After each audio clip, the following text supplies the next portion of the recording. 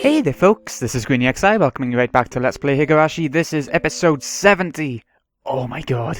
Every time we reach a sort of 10 episode milestone, it seems like a lot. It does seem like a lot.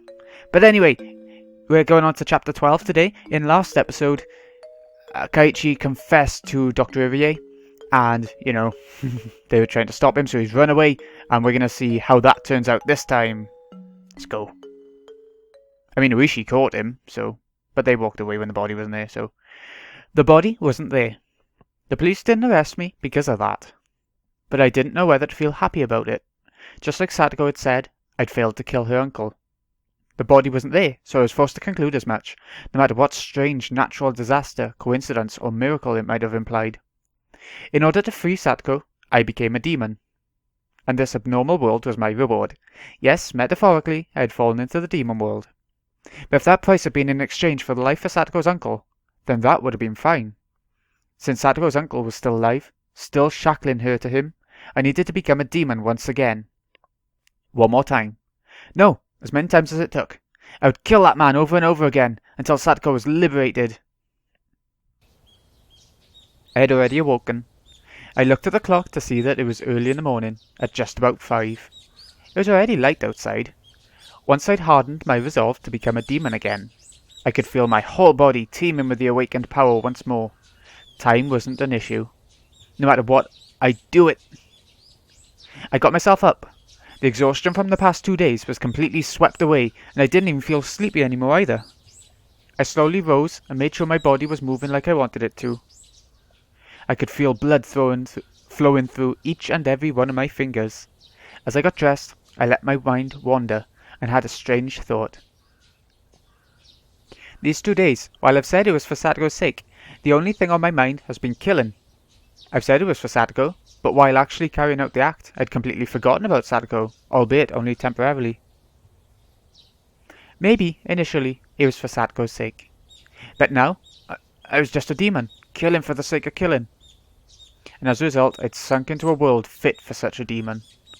Maybe it was the same for Satoshi. He resolved himself to kill his aunt to save Satoko, became a demon, then disappeared from the sunlit Hinamizawa, vanishing into the demon world, which meant that, after all was said and done, I'd met the same fate as him.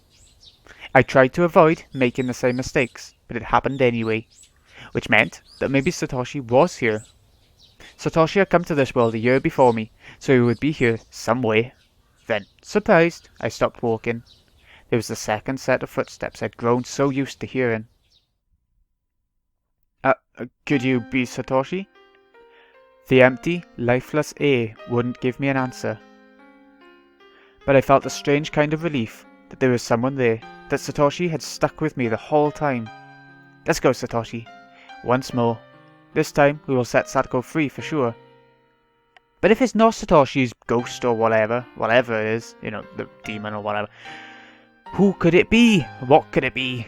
Is it his paranoia? I quietly slipped out of the house so my parents wouldn't notice. If they caught me now, when I'd been out way too late for 2 days now, they'd give me a really angry talking to. I didn't have the time to allow for that to happen. Today, I would put an end to it. If the dead body disappeared, then I didn't have to bury it. I could just burn it to ashes, and then take them with me so I could kill him again every time he resurrected. I'd do it again. I'd kill him again. And this time, I'd set her free. Outside, the morning light was so beautiful as a stagger belief. I went to the storage room to find weapons with which I could kill him for sure. Blunt or not, it didn't matter to me. Right now, I didn't need to care whether someone saw or if the police came. This world had gone crazy, after all. A world where I'd shown up at the festival and had fun, even though I wasn't there. Even if the police arrested me, I'd probably end up going right back home as if nothing had happened. Both me and that other Kaiichi Maebara. Even without me, he'd fill in. I could vanish from Hinamizawa without anyone noticing. So basically, I didn't care if I was mistakenly killed.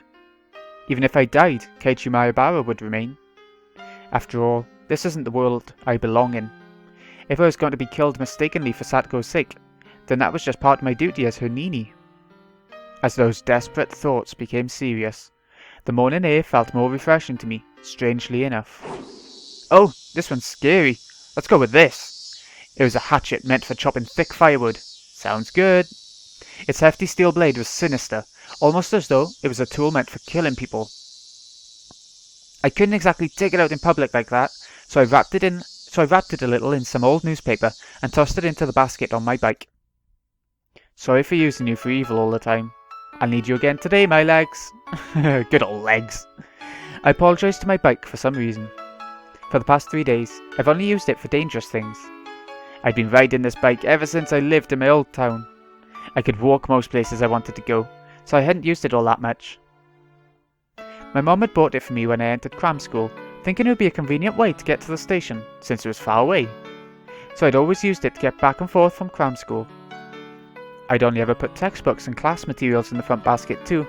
I'd never tried to put a hatchet that I'd be using to kill someone in here. No, I bet you haven't. When I came to Hinamazawa, life finally felt fun.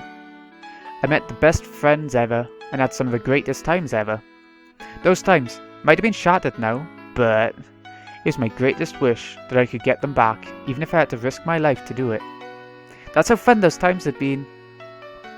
I killed someone, and now I was at it again, needing to kill someone. Murder was a crime. I didn't believe that people should ever think murder was okay, but still, the times I'd had were enjoyable enough for me to commit such a crime. My friends were irreplaceable, and the time spent with them a treasure. Hanging out, laughing, sometimes tricking each other, but always in a friendly way. I didn't fear committing any crime, as long as it was for the sake of taking back those times that gave my heart so much pleasure. Yes, this was the value I decided to uphold. It wasn't something I learned from a school teacher. It was a noble path that I chose for myself. I thought back to when I'd first come to Hinamazawa, about how on the very first day, Satoko had welcomed me via a blackboard eraser with a rock in it. She did, didn't she? That welcome really surprised the heck out of me. She would laugh, get angry, cry. She was never boring. She was obviously the most childlike one amongst us, but she was actually lively, full of vim and vigour, and good at meddling in other people's business. Kaiichi's a bit like that with the uncle, mind. That went for Mion, Rena, and Rika-chan too. Wasn't Satoko the one at the centre of everyone's laughing and banter? Satoko would try to look cool. Then Mion would make fun of her endlessly. And Satoko would cry, which would put Rena in a state of ecstasy. Rika-chan would be greatly delighted. And I happened to get mixed up in it. We would always fool around like that. Yeah, we need to get back to those times. It was lonely when someone wasn't around, but if I had to name one for whom it was the worst, it would have been Satoko. Her smile was everyone's smile. Ever since she stopped smiling, so did the rest of us. And for the rest of us, not smiling was the same as dying. It was just like when I was silently going to cram school every day, just to maintain my unchanging test scores. So basically, we were nothing when she wasn't smiling. She was full of hot air, but she was our princess, cute and unhateable. In that case, I was her knight, searching for the dragon's castle in order to win her smile back. Knights, of course, use swords. The awesome, two-handed kind. I don't know, some of them had shields as well. I'm probably the only knight in the history of the world to be taking someone on with a thick, rusty hatchet. Then I saw an old woman in the ridge of a field waving to me. Oh my, Kaiichi-kun, that's a big sword you got there. Out for a morning ride, I see. Good morning. I reflexively waved back in a refreshing way. Should I really have been feeling so happy waving like that? Satoko's house would be right past this road, going beyond the rice paddies. The cicadas had woken up too, and the next thing I knew, I was the audience to their daily chorus. I gave myself a hit or two in the head, and drove away my merry morning mood. I took a deep breath, then tilted my head back, quelling my pointless excitement. The body wasn't there. Its absence either meant my killing him had been an illusion, or that I'd killed him and he'd risen from the dead. If I was at the festival, then maybe I should have considered it an illusion. Coach probably thought that way, which is why he treated me like a lunatic. But it being an illusion was just impossible. I killed him without a doubt. Without a doubt. If that had been an illusion, then that would make all of this Hinamazawa I was in right now an illusion. Do you know what I find strange? I find it strange how the police just doesn't see a body, so just leaves Kaiichi go completely. They ain't even looking for him or anything. Then, it's weird. You'd think they'd carry on trying to find evidence about him. If that was the case, then here's how it would end up. I was actually in a vegetative state due to a traffic accident, and I was currently dreaming in a hospital bed about how great it would be to spend time with friends in rice paddies like these. That was a terrifying thought, though. If this wasn't an illusion, then the only possible answer was that he's resurrected. It would make him a literal monster. But if he was such a monster, then I was no less than a monster myself. I didn't hesitate to kill someone, and I could even manipulate curses. Takano-san had died probably because I'd cursed her. Or maybe that was a little much. If Coach and Uishi died too, like I'd cursed them too yesterday, then I'd believe it. I set my bike aside and went to take a look. His motorbike wasn't here. Uh-oh. Of course it wasn't. I sent it down to hell that night, throwing it into the Onagafuchi swamp. Or maybe, just like how the corpse wasn't here, maybe the motorbike didn't get thrown into the swamp either. The fact his bike wasn't here might have been because he had gone to town and hadn't come back, not necessarily because I'd thrown it into the swamp. If her uncle wasn't around, then that was convenient on its own. Then I'd just show myself in, wait for him to return, sharpen my hatchet. If he was there, forgotten sensations came back to my gut. A feeling of tension rose within me. The sensation was like poison, dulling my actions, but it could also be the trigger to allow me to awaken to my superhuman, otherworldly self. I held the hatchet, still wrapped in newspaper. Its weight in my hands was profound, sinister, and reliable. I didn't know what time it was without a clock, but it was probably still a little before 7. Satoko would probably be awake, preparing breakfast and her lunch, but her uncle would probably still be wallowing in indolence. Indolence? A guy like him probably would have stayed up late drinking and probably always slept until noon. How could he? Actually, I don't do that very much anymore. 10:30 this morning. I considered ringing the doorbell and having Satoko open the door for me, but if her uncle woke up at the sound, I'd waste my chance of him still being asleep. If Satoko saw me sneaking inside without ringing the doorbell, she'd be surprised. If I ran into her, what would I say? I've come to kill your uncle for you, so stay quiet. No, I couldn't do that.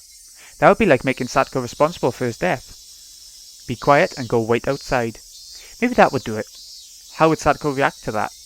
She'd probably try and get me to give up on killing him. I would have to lie somehow to get her to go outside. Satoko didn't need to know that a murder was going to occur in this house. I couldn't quite think of a good lie to tell her, but I couldn't do much just standing around like this. I made up my mind and grabbed the doorknob. Then slowly turned it and pulled. It wasn't locked.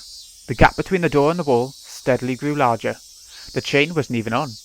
The oppressive smell of life in Satoko's house hit me. At the entrance, there were a few pairs of shoes and sandals. I couldn't tell whether he was here or not just by looking at them. I could hear a television on somewhere. The television was in the messy dining room. There was food scattered about the table, giving an impression decidedly different from a happy family's mealtime. Meals were for eating food, while thanking the person for making it, meaning whatever occurred in this dining room wasn't a meal. Nobody in sight. No sign of anyone either. But with the television on, he must have been close. Could he have anticipated my coming and be hiding, waiting for me? The tension I felt was so thick, so tight that I thought it would choke me. Yeah, but look at the mess. Wouldn't the uncle have been beating Satoko for leaving such a mess? The newspaper wrapping the hatchet's thick blade didn't hamper its power at all. I tightened my grip on it, then, very carefully, took a look around. Where had those peaceful feelings from before I arrived here gone? Even the sound of sweat bubbling up on my brow got on my nerves. And then I looked at the table and realised something. This wasn't breakfast. The grains of boiled rice were all hard and dried up. Then, was it last night's dinner? I left the dining room, keeping vigilant, went down the hallway and found the stairs to the 2nd floor. When that man was playing with his friends, he looked out of a 2nd-story window. It was highly possible that room was his own, and that he slept there.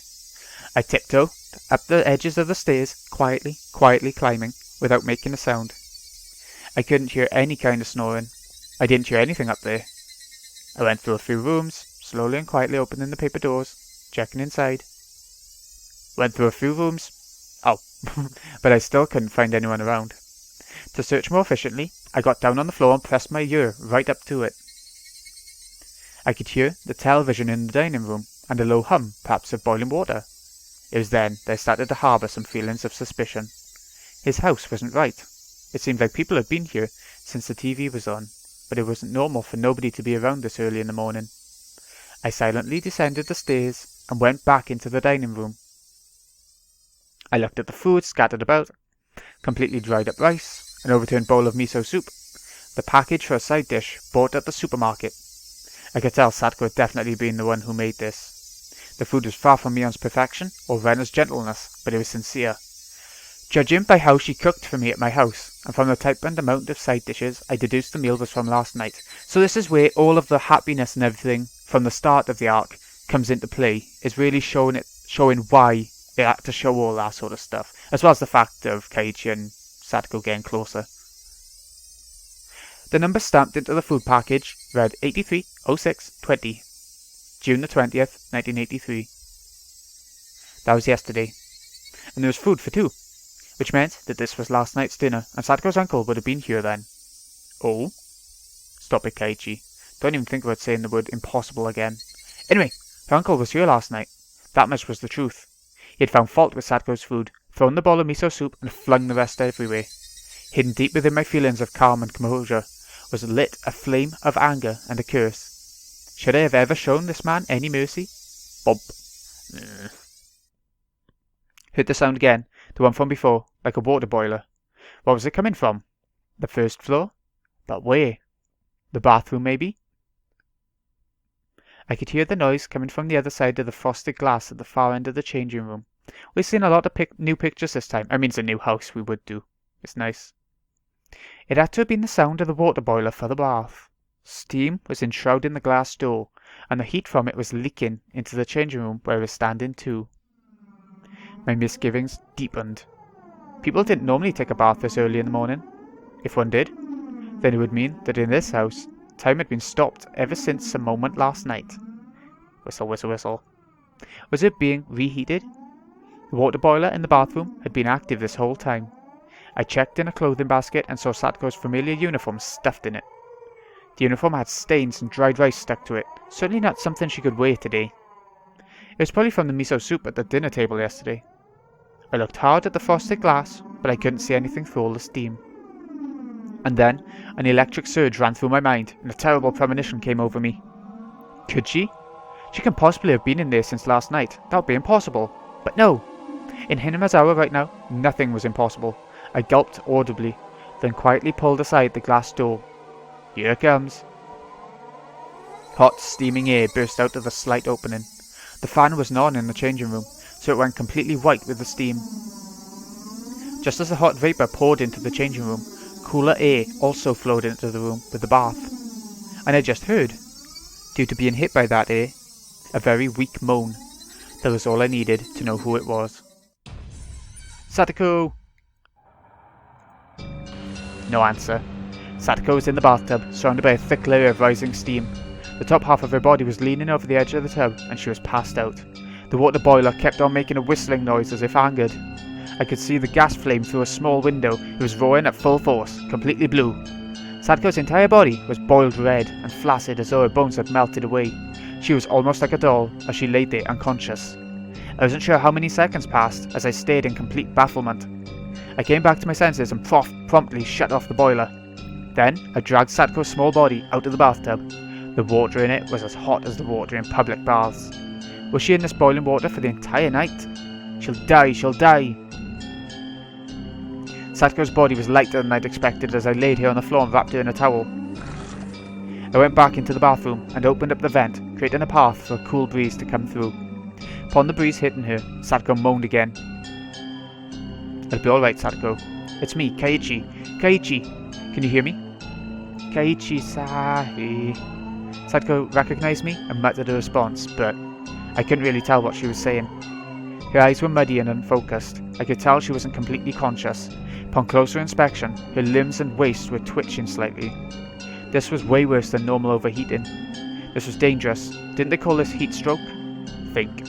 What would the teacher do if a girl passed out in the middle of summer during a marathon in gym class or something? I turned the water faucet in the kitchen all the way on and soaked the towel in it. I then took the cold towel and pressed it to Satoko's forehead. Satoko reacted harshly to the coldness and let out a muffled voice. For burns, right, you would soak the burn spot under running water. Then, could I run cold water in the shower and cool her off like that? No. If it was that sudden, it wouldn't be good for her heart, and she'd go into shock. I think I've read that once before. This was about as much nursing as I could possibly give her. Anything more than this would be too much for the likes of an amateur. What happened, Satoko? You alright now? I will. Your Nini will save you for sure. 5,039. 5,040. What was Satoko reciting under her breath? I brought my ear to her mouth to better make out the mysterious spell-like words she kept saying. And at that moment I understood what they were for. Satoko, you're counting? Why? People tell little kids in the bath to count to 100 a lot, right?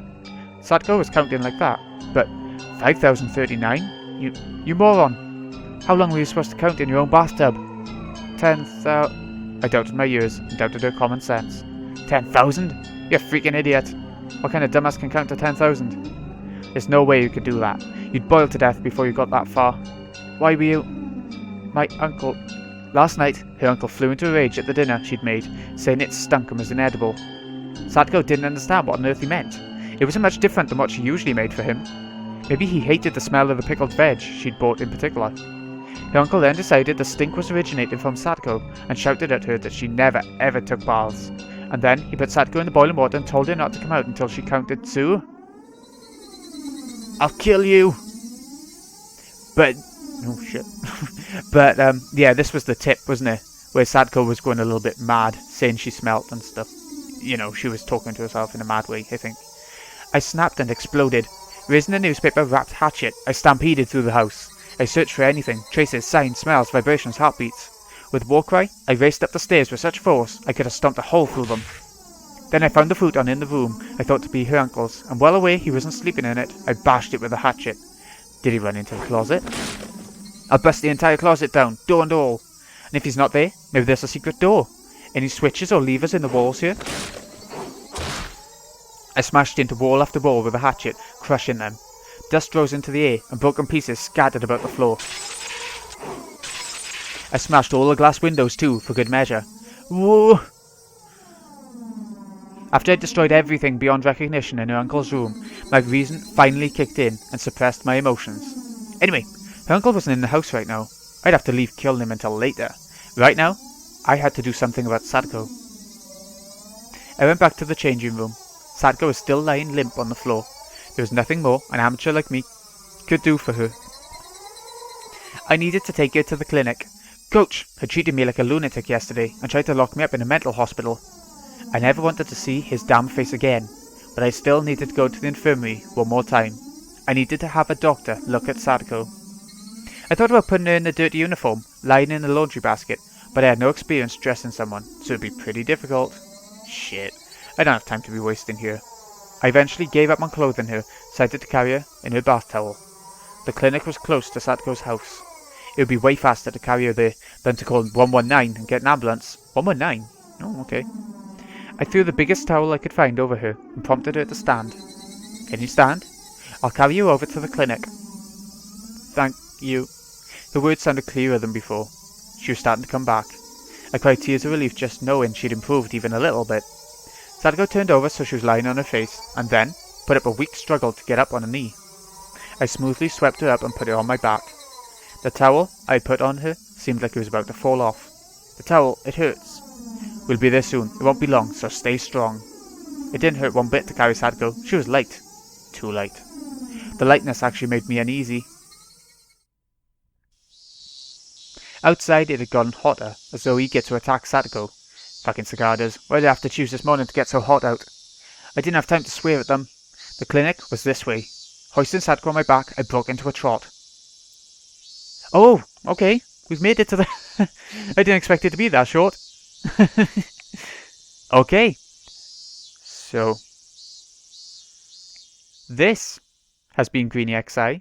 Hope you've enjoyed. Thank you so much for watching.